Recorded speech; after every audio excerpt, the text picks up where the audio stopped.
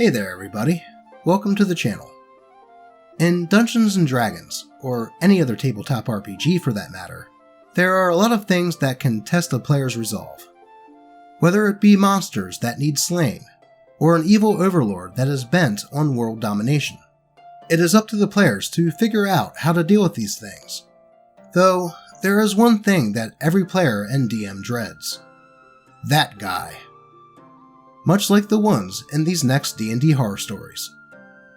But first, I must send a message to all of you watching, but I only have 25 words to do it with, so I have to do it very smartly. If you like video, likes help Doge. If subscribed not yet, why wait? Click please. Notified when new video due. Thank you for Doge support. That took a lot more brain power than it should have. But let's get into these stories. Stop Running Away from Fights, You Coward, by Reddit user Ada the Trusting. This one happened to me quite a while ago, but it's been weighing on my mind recently. I was the GM for this one. The party consisted of a barbarian, two unimportant to the story individuals, and a cleric. The latter was relatively new to the party, seemingly okay guy, but a constant source of complaints. He'd regularly talk mad smack about the party's performance, despite the party playing quite tactically and well in my opinion, and especially focusing on the barbarian's conduct as, quote, ineffective. For, I guess, not just blindly running in and wailing on the enemy every single fight. I wanted to talk to the player about this and tell him to bring it down a notch, but the other players insisted that his behavior was fine. That's just him joking around, and how he always is in these things, and that they really didn't mind. So I just let it slide. It was especially weird since the barbarian was actually the one who invited him for the game, but sure, okay. One of the most prominent complaints was the party always, quote, made cowardly retreats when faced with deadly foes.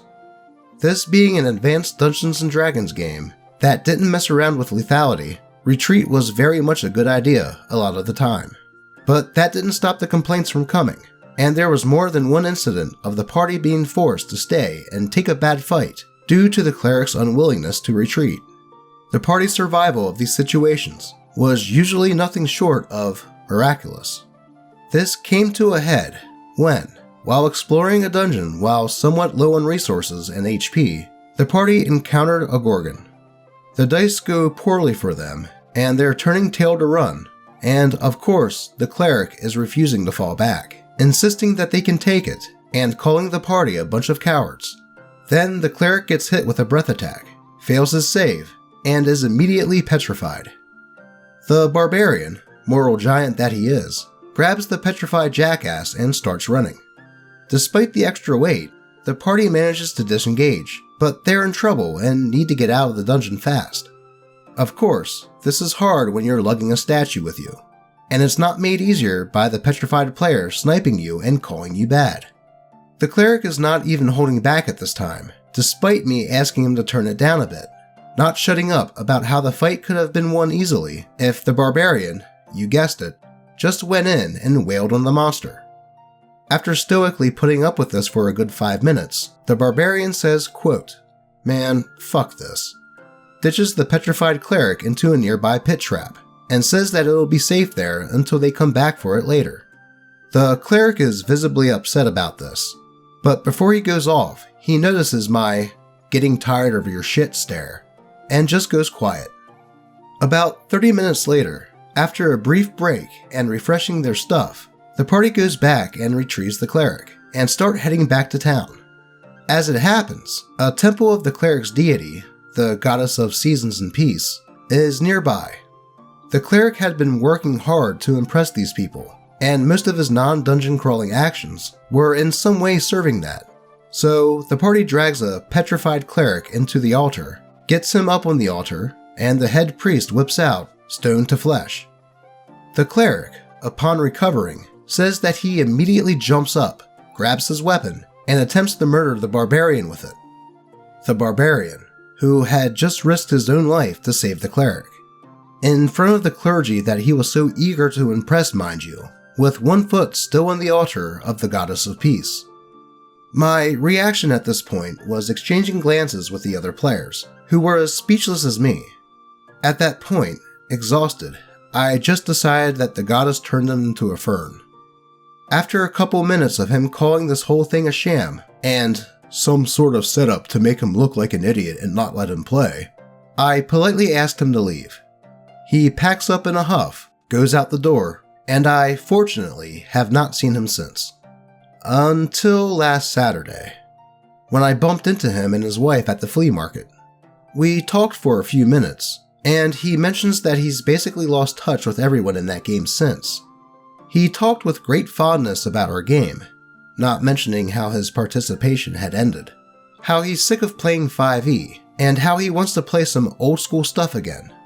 He asked me if I was still running Advanced Dungeons & Dragons. I am, in fact, still running old school D&D, but I leave it to the readers to conclude how I answered that question. TLDR, player constantly and aggressively complains about the party, gets himself petrified through his own poor decision making, attempts to murder the player character that saved his life, and gets unceremoniously booted. It definitely seems like Cleric had it out for Barbarian for some reason. I've never played Advanced Dungeons & Dragons, but I imagine that encounters in it are pretty challenging. So for Cleric to berate Barbarian for making a tactical retreat seems pretty assholish. Then to PvP with Barbarian right after he helped revive him shows all of the signs of that guy behavior. Thankfully, OP had it with his behavior and decided to kick him after this. Though, what would you have done if you were in the DM's shoes? Let's move on to the next story. Am I the asshole? Player breaks my one rule at the table and gets what I believe to be a good punishment for it. Content warning for sexual assault and rape. By Reddit user K. Evermore. For this story, here are the characters. Me, the DM. Teresa, an elf druid woman that doesn't care about capitalism. Og, an ogre paladin that tried to keep problem player out of trouble. Joseph, a human fighter with a very detailed and well thought out backstory. Ethan, with a dragonborn abomination of spellcaster classes. And our problem player. We'll call him Jackson, the fighter monk. On to the story.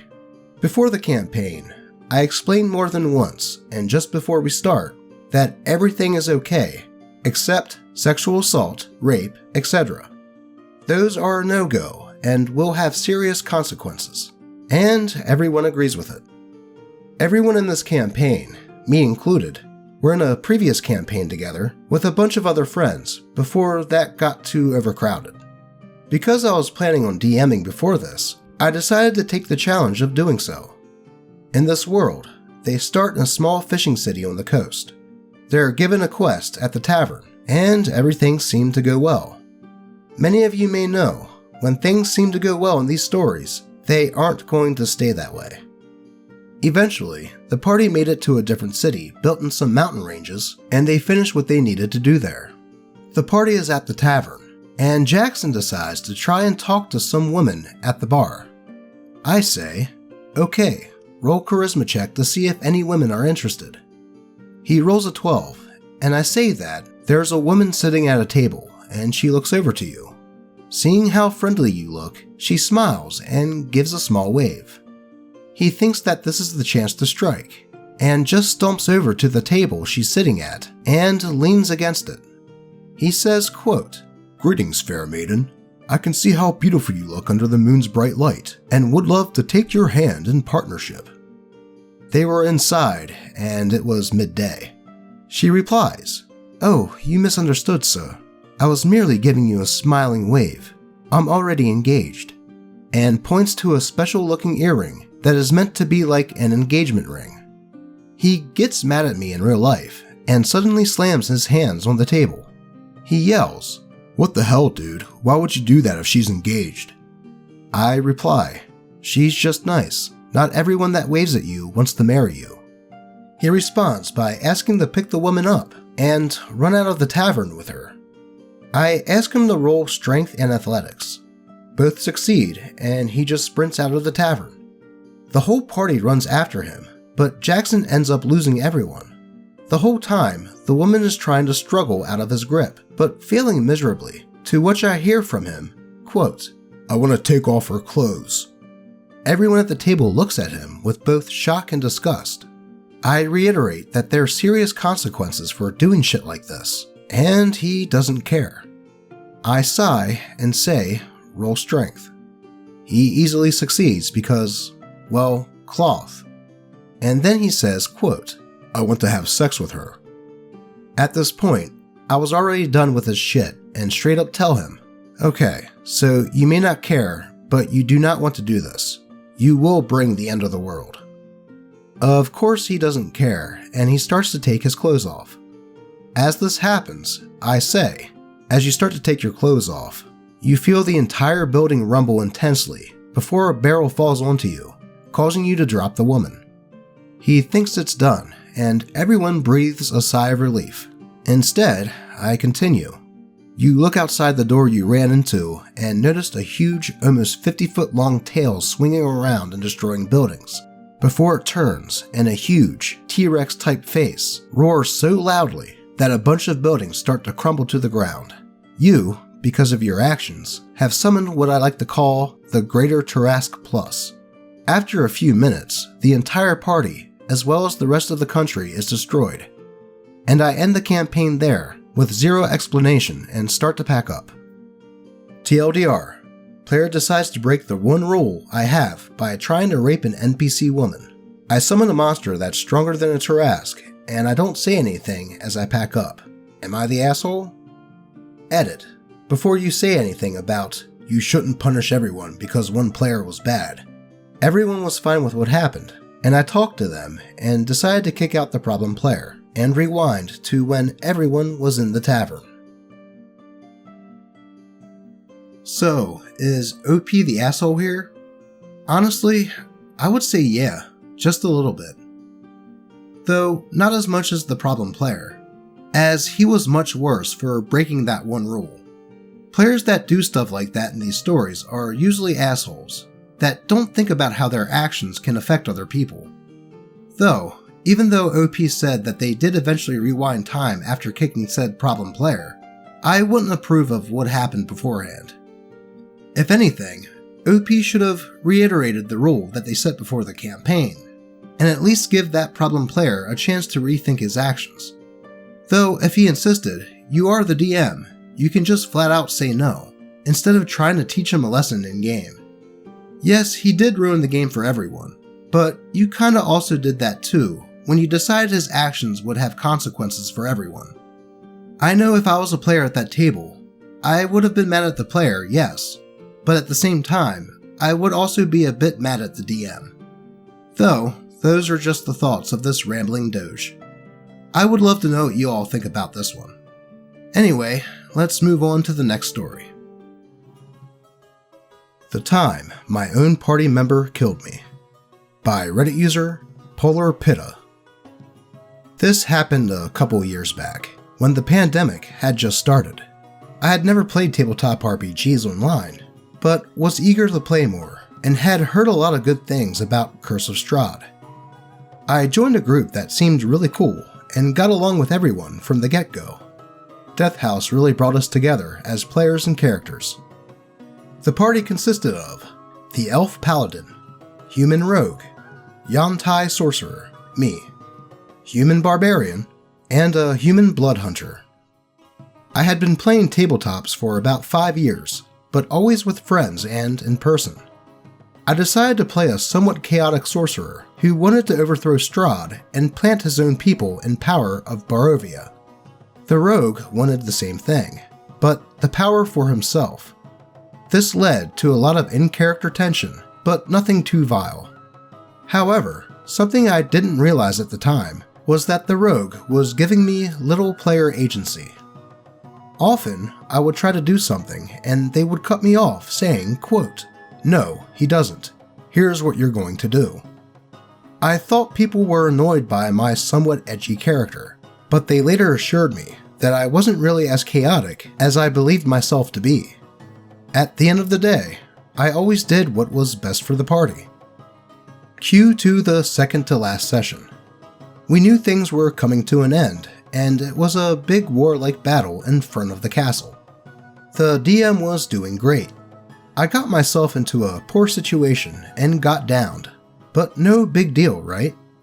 Our rogue goes next, and then our paladin, who can heal me.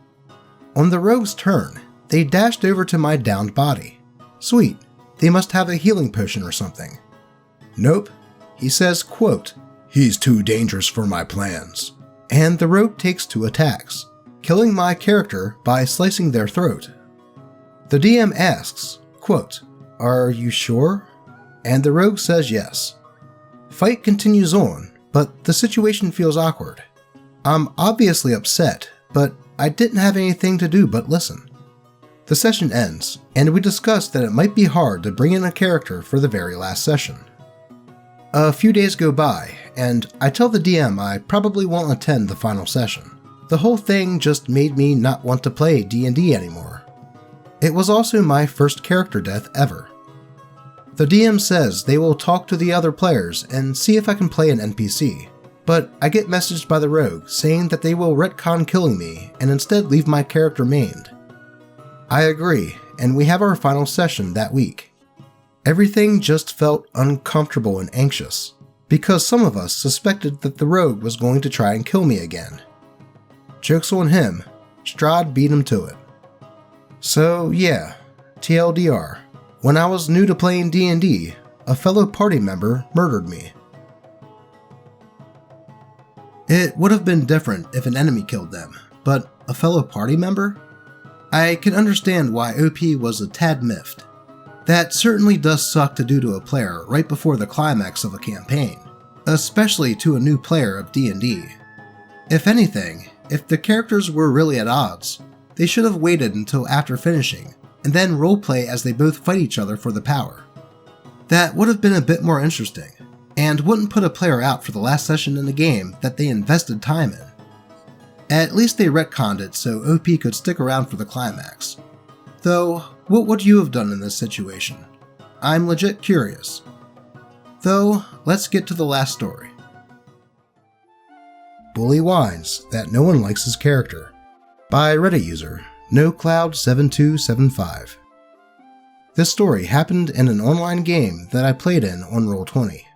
The group was really nice as a whole, and the DM was great, but no group is perfect, and our problem player came in the guise of our fighter.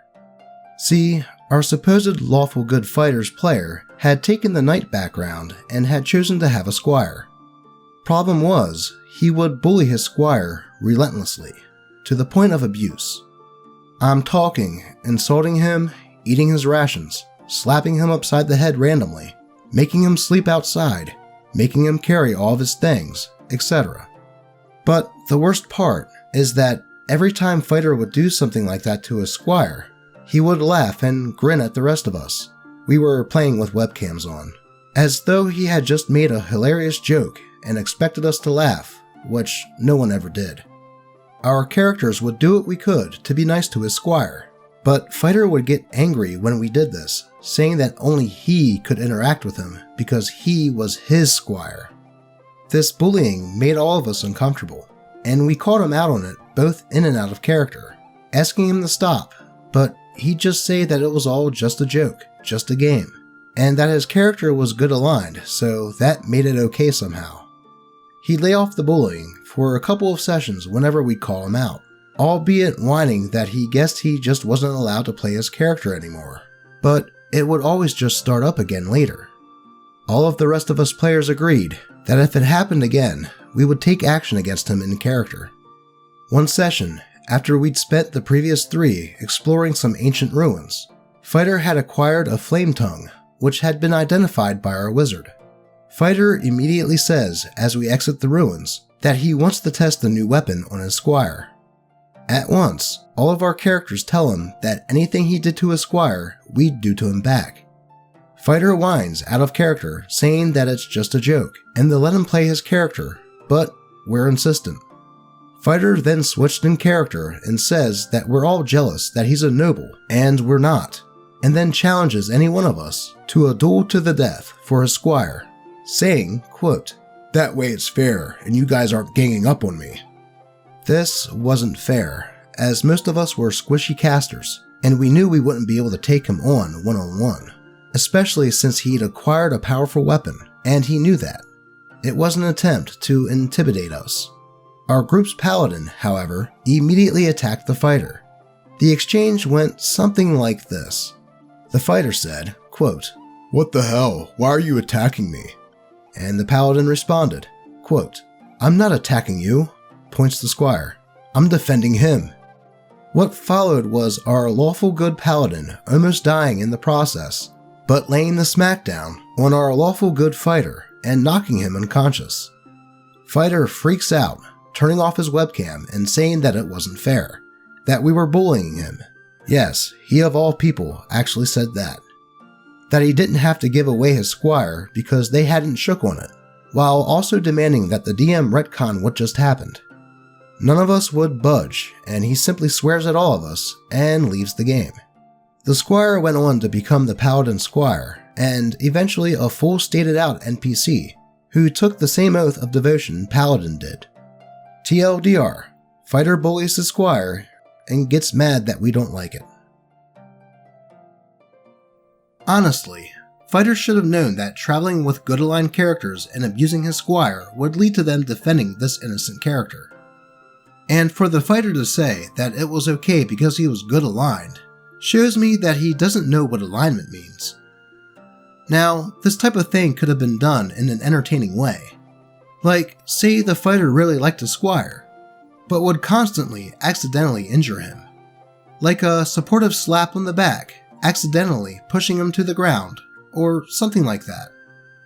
Though, that's just my 2 cents. What would you have done in this situation?